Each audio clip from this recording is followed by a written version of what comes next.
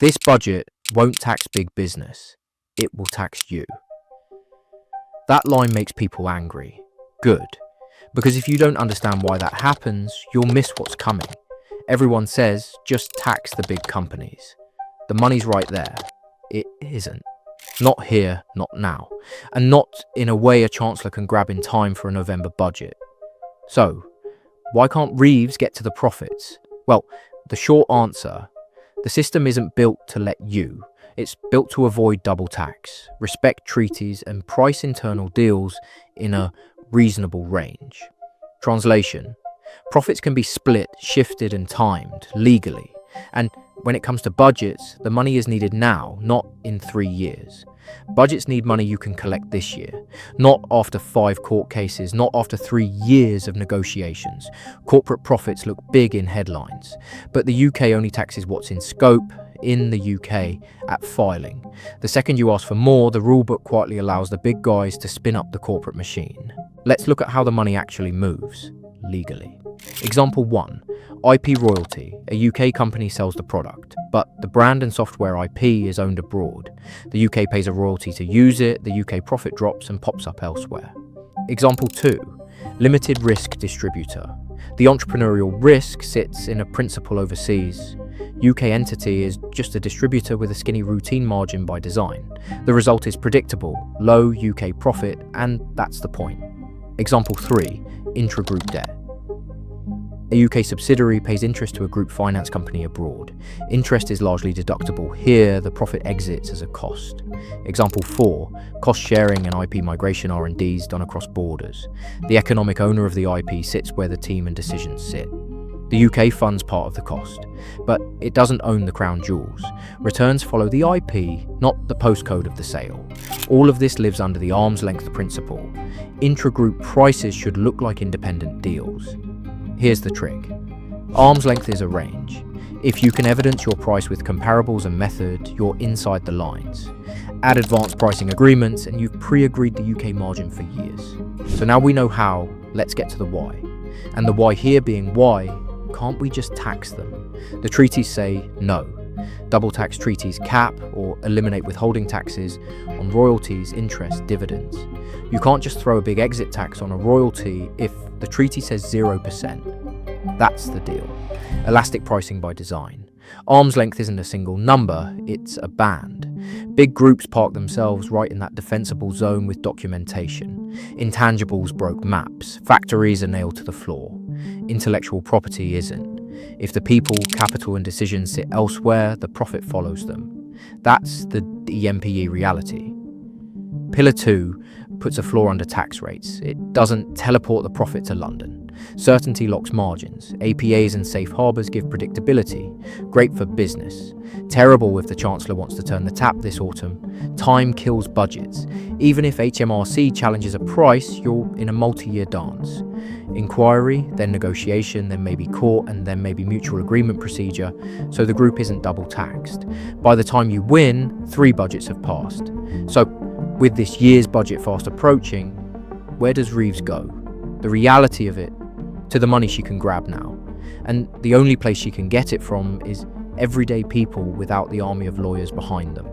Thresholds, VAT edges, council tax, motoring, broad base, predictable cash, but painful. Painful because it's you. At the press conferences, everyone likes to make it clear that the government do fight back, and HMRC does challenge. But TP is half science, half art.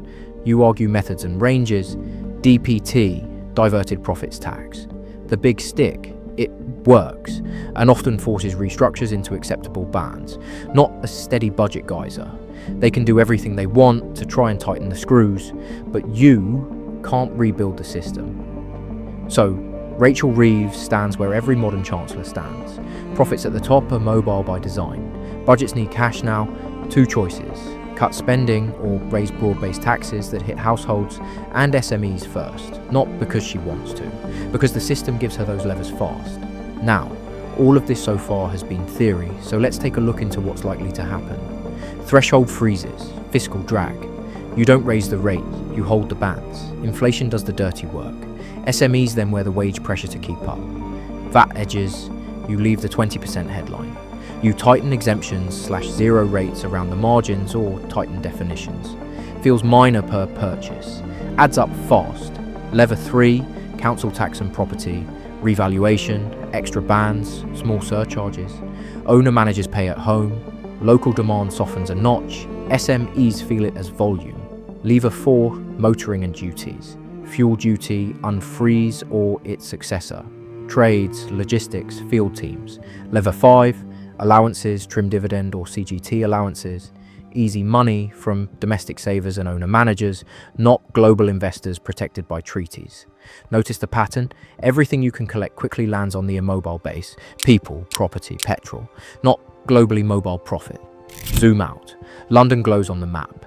Treaties knit the world together like fibre optic cables for cash. Inside those lines, the margins are negotiated, pre-agreed, safe-harboured. Outside those lines is you, the homeowner, the commuter, the owner-manager with a payroll due on Friday, and a client who pays on 45 days, on a good week. And this is the choice the country keeps dodging. We can keep pretending there's a magic lever labelled "tax the big guys, money tomorrow." Or we can accept the engineering of the machine we live in and act accordingly. Because the truth is boring and powerful. Budgets tax immobile things. Big firms made their costs variable years ago. Most small firms didn't, couldn't, or weren't shown how. So here's the grown-up bit. If you can't bend the plumbing, you change how you use water. You stop pouring it through leaky pipes and you start rerouting flow. Make the work cheaper without making it worse. Move the repeatables off your desk and off your postcode. Automate the boring first mile, the intake, the matching, the reconciles. Claim back what you're entitled to. Turn fixed costs into sliders you can move when the month gets thin. Because if the system always taxes what it can touch, then your job is to be less touchable. Not by hiding, but by designing better. Quietly, deliberately, like the big firms did, just without the marble lobby. And that's the punchline nobody clips for social. This isn't about outrage, it's about architecture. Anger is a headline, architecture is a plan. So, when the budget lands and the commentators start shouting, don't wait for a policy to save your margins. Policies explain the world you operate in, operations decide whether you survive it. Headlines say there's money at the top.